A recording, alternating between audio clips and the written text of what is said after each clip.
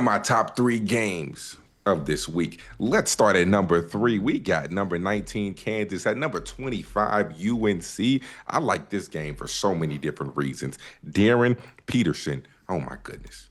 If you watch this young man play, he is absolutely terrific. He just makes the game look easy. But the reason why I mention his name is because we talk about how much of a pro he is, how much of this number one pick status will be revealed when you go into a hostile environment like North Carolina. You are going to the Dean Smith Center, and North Carolina is no slouch. Seth Trimble, Caleb Wilson, who was another terrific freshman who will probably go top 10 in this draft class, they are ready to play.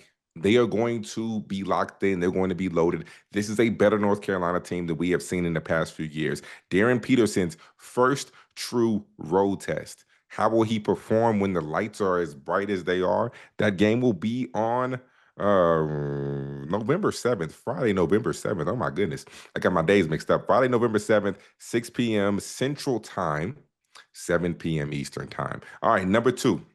Here's a sneaky one. Oklahoma at number 21, Gonzaga.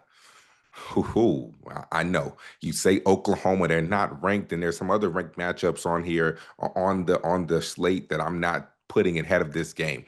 But Oklahoma, when you talk about their backcourt, Nigel Pack, who's been in college forever, my man is probably the same age as me, but he still gets it done at a high level. But the guard that I want you to pay attention to is Xavier Brown, transfer from St. Joe's. He is terrific. He is probably going to wake a lot of people up. He woke a lot of people up last year at St. Joe's when they pulled off a few upsets. He's going to do the same thing in the SEC. So when you mix that backcourt, that veteran experienced backcourt, two seniors with a 6'9" wing in Tay Davis, transfer from Notre Dame, and a 6'9" wing transfer from Alabama and Darryn Reed, that combination of experience, of size, of shot making, I think they will beat Gonzaga. Oklahoma will pull off the upset. I think Oklahoma starting five is better than Gonzaga starting five. Despite, even with Tyon Grant Foster just being ruled eligible, I still think Oklahoma is better. I think they will pull off the upset. That's my number two game to watch, all right? And before we get to number one, let me give you some honorable mentions. This wouldn't be a top three list if I didn't mention my game, if I didn't plug my game.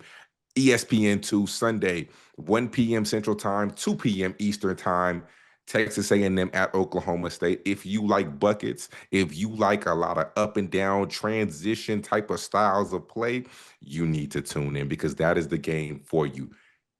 Sunday, 1 p.m. Central, 2 p.m. Eastern Time. Tune in because you get to see your boy, right? All right, next honorable mention is number 14, Arkansas, and number 22, Michigan State. Wow, we talk about in other videos how I love what Calipari has done with his backcourt. You have Wagner, you have Malik Thomas, you have Acuff Jr.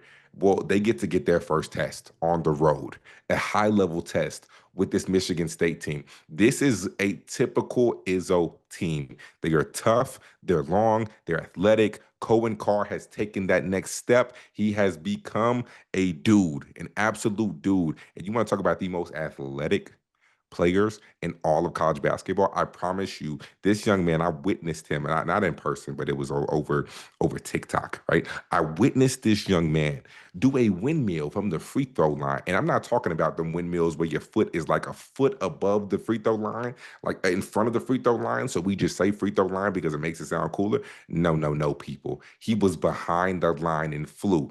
That young man is impressive. He's a freak of nature. He is an alien, all right? So that'll be a good test. But my number one matchup, Alabama, number 15, Alabama, Nate Oats, St. John's, Rick Pitino, Madison Square Garden, which I don't have too many good memories playing at Madison Square Garden, but we don't have to get into that right now. But Madison Square Garden, you're playing at Rick Pitino's backyard. Oh my goodness. This right here is going to be a matchup to witness. And the reason why I do not necessarily think St. John's is as good as advertised. I think that they have a lot of talented players. I don't think they will all gel. I don't think they'll reach the expectations that everybody are thinking that they're going to be able to achieve. And I think this Alabama team is going to expose that. I think Alabama's guards are better. I think LeBaron Philon should have been an NBA player. He will be the best guard on the floor. I think Aiden Holloway, when he knocks down shots, can do the same thing. They're small, but yet they're mighty. I think Alabama beats St. John's. They pull off the upset and they get it done. Nate Oats finds a way to get it done. Those are my 3 games to watch this week with my 2 honorable mentions. Once again, don't forget, 1 p.m. Central Time, ESPN2, Texas A&M, Oak State. Tune in to see your boy. That's my 3 games to watch this week. Until next time, I'm out.